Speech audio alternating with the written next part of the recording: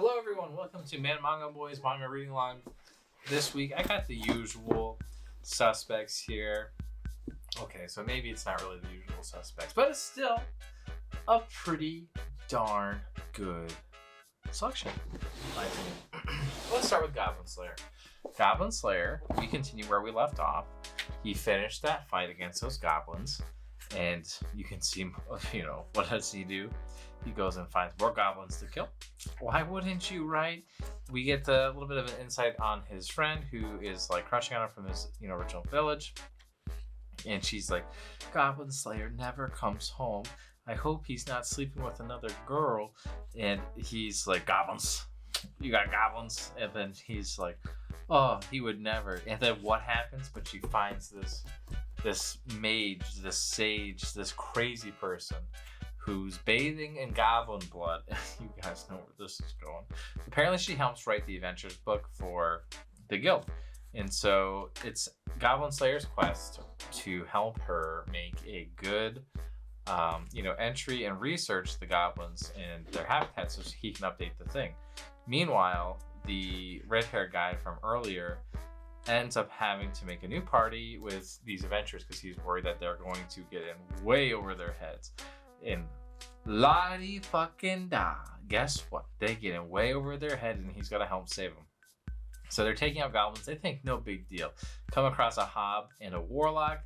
They say big fucking deal. This warlock is a beast. And so he's got Kagebusha no Jutsu. And the warlock, only one of them is real, but they have a hard time figuring it out. And they also have a very rough time escaping the dungeon, but luckily, I don't really want to spoil what happens to them, so I don't. And Goblin Slayer doesn't do too much. He ends up kind of helping the witch form a party with the spear guy, talks to her a little bit, and also tries to figure out about some magical items through her and the sage that he meets. He then goes on, you guessed it, a little goblin slaying quest towards the end to kind of cap it all off for the next volume. Again, this is a pretty solid read. This time doesn't really focus on Goblin Slayer as much as it does other characters, which is good. I really don't feel like we get a lot of that in the main series, so it's definitely welcomed in a side series. This is, if you ask me, one of the main spin-offs that I would say is almost essential to read. Goblin Slayer is really good at progressing a story, but doesn't really do a lot of good job of characterizing people. And most of the time I say no big deal, it's just about killing goblins, but this makes you kind of appreciate these characters a little bit more because it does flesh them out quite a bit. We also have Yuuna in the haunted hot springs. Woo mama! Anyways, you could probably guess where this all goes. I'm not going to be able to show too much, especially if you watch Prof's and my video the other day that I released it, probably a few days ago now. But we help save a spirit that is missing his girlfriend, and they're both kind of like bound. We help. What else do we do? I don't even remember, honestly, through a lot of all this stuff. We get the cousin of the other girl. So she's another cousin. Her name's Hibari. She joins the little crew here. They're trying to find a good heir, so that way the ninja clan can kind of rise, which is a similar side plot to her. And we also find out that Yuuna is able to make some nice friends. We also see that Yuuna has lost her memories. So that's why she doesn't talk a lot about, her past, because she doesn't even know what it is. But on top of it, we also get, you guys are going to die laughing, but there's a little bit of a battle of who is going to end up dating Kogarashi. Oh my god, I died when I read that scene because Prof was like, they're not gonna go that way. And guess what? They went that way. And all I get to say is, I told you so. It took a lot longer than I would have thought, though. I definitely thought by volume 4 it was gonna be right there. But no. Because he was feeling up all these girls and they were getting less and less like, oh my god, stay away. I felt like, more of them were kind of being more open to it and be like, oh, that's just the day of life. but they played it off a little bit longer. Drifting Dragons. This volume was pretty interesting. I didn't really like it as much as I did the last one, but I still enjoyed it. We get some flashbacks of Vanny's past, which was definitely well needed. We also get a little bit of a gas leak. Vanny helps kind of take out these dragons that are emitting this poison mist, as does the original crew that has, kind of decided to go after her. So we get to them to meet up a bit, and of course Vanny goes her own way at the end of it. However, they are still tracking her down. She just is a little sneaky girl. Most of this is an action kind of a thing. We see tons of dragons that show up, or do we? Hard to say in the mist.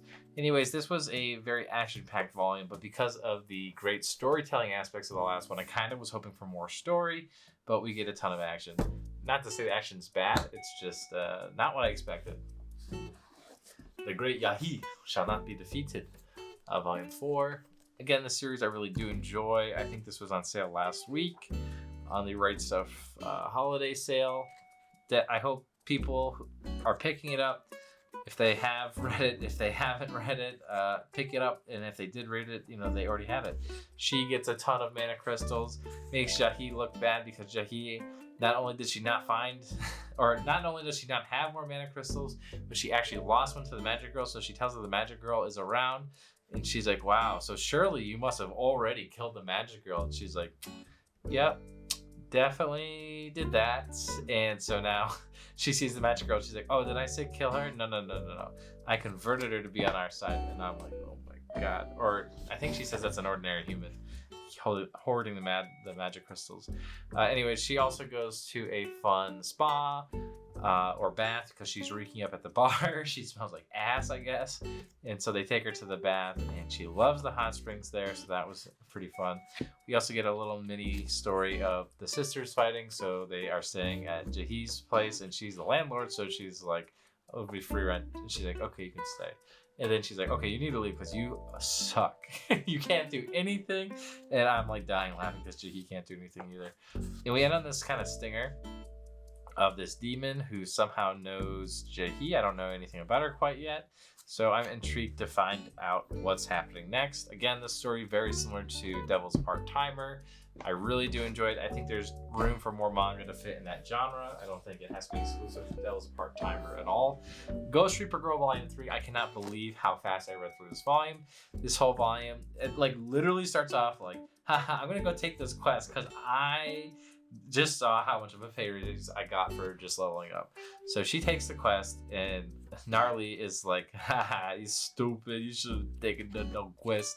And so this guy Panzer is like, what are you doing here? Like, you are so underleveled. You guys are rookies. You need to leave. You're gonna, take us down. And then he sees Shogoth. He's like, oh, damn, you're friends with Shogoth? No, you can stay. And then they're like, oh, thank you, Mr. What was your name again? Pants? He's like, it's Pants, but you can call me Pants. Pants is cool. Don't worry about it. And they're like, are you sure? He's like, yep, Pants. Call me Pants. Don't call me Panzer. And so he's Pants now. And so that was wicked funny. He makes the monster come out of the whirlpool by throwing a grenade in the river. Of course, what else would you do? I feel like the guy's American or something. I don't know. But this thing is a monster, literally, and it takes people out. It's nuts, literally eating people. I'm like, holy shit. They end up going down the whirlpool to figure out what's really going on, and they get transported to this underground lair.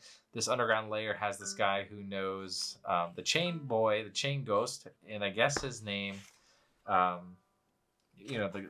guy's name is Oscar, and he's like, I killed you, Oscar. And I'm like, what? Chain Man's strong? And he's like, yeah, don't get such a big head, I can't be killed that easily. And I'm like, what? And so he has to fight Dagon, but Dagon is too strong for them, so she has to fuse with Gnarly. And I'm like, what? And I literally read through this volume in maybe 20 minutes, and I was like glued to it. This was my best read of December so far. Like, hands down. Volume 1 was good. Volume 2 was not as good, but okay. Volume 3 was so fucking good. I can't even believe it. Read Ghost Reaper Girl if you haven't read it yet. You just need to read 3 volumes and take my word for it. You're good. Another series that I think was pretty good, not nearly as good as Ghost Reaper Girl, is Phantom Seer 1 and 2. This series got canceled by Volume 4 in Jump and didn't quite make it over, but it did get a digital release. So check it out there. Essentially, the main character and his sister are very strong shamans, and he doesn't really want to be a shaman. I know, right? Like, who wants to be a shaman? And he has a very strong phantom that he has that is able to absorb powers of other phantoms that he defeats and eats.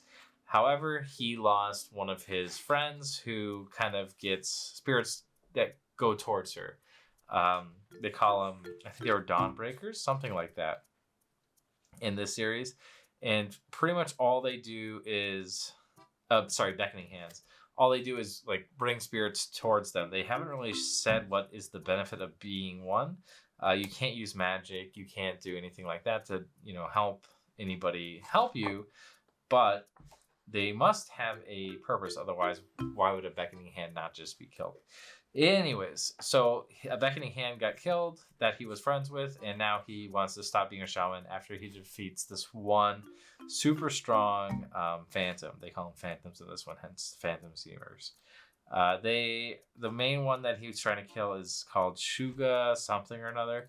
I can't remember because I'm getting it it's like Supa Doji or something like that, but I keep getting mixed up with Shogoth, so I can't say it right. But there's a lot of twisted body horror in this series. It is like that's a body. Those are bodies. That's not just a ball. Anyways, that's the main villain right there. It's that demon that's possessing that girl, and they have several different abilities depending on which body they possess. It is super intense, and the fact that the main character wants to quit being a shaman and is constantly lying to people, I really think is super funny. So I'm enjoying this quite a lot.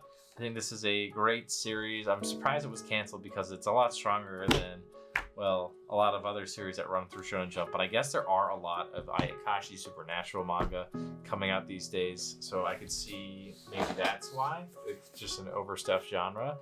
Tokyo Revengers 5 through 6. This helps us get all the way up to the October 31st brawl. With Toman versus not Mobius, but the other guys. You know what I'm talking about. So we're trying to bring back Baji over, and we're also trying to, get everything together with Baji, and we're trying to figure out who the heck is really right here. What's going on? Why isn't anything changing in the future like we want it to? We go back to the future, we see that actually Dakin is being put on death row for killing somebody, and that he is like super upset with Valhalla was the team that they're fighting at the end there. Oh, I don't know why I couldn't remember that. Probably God of War's fault.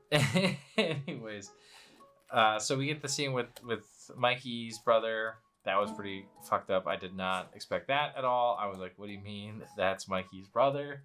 You fucking morons. We find out that the main villain guy is this weird glasses wearing guy. The dark skin right here, this guy.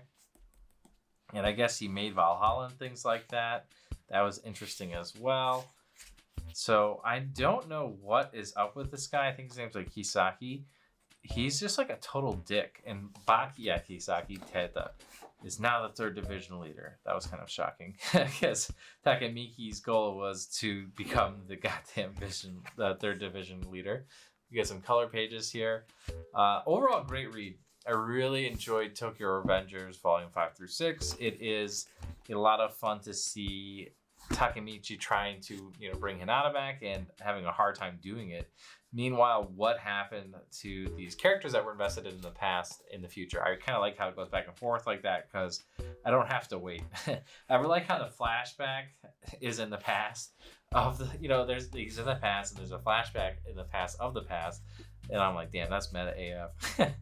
Mikey also kicking some serious ass. I really enjoy these characters so far. I think it's the main strength of this author isn't really the storytelling, but the fact that he's great at characterizing and fleshing out these characters. That is what I read this week. If you enjoyed any of these books and you want to check them out, please use my rights affiliate link down below. Please like, comment, and subscribe. Are you reading anything cool this week? you gotta let me know. Okay, did you get anything spicy from the Right Stuff holiday sale, or maybe you wish you got something spicy and you want me to tell you about it and I can read it. I don't know, because maybe I got it, maybe I didn't. Thank you so much for watching. We'll see you next week. Bye bye.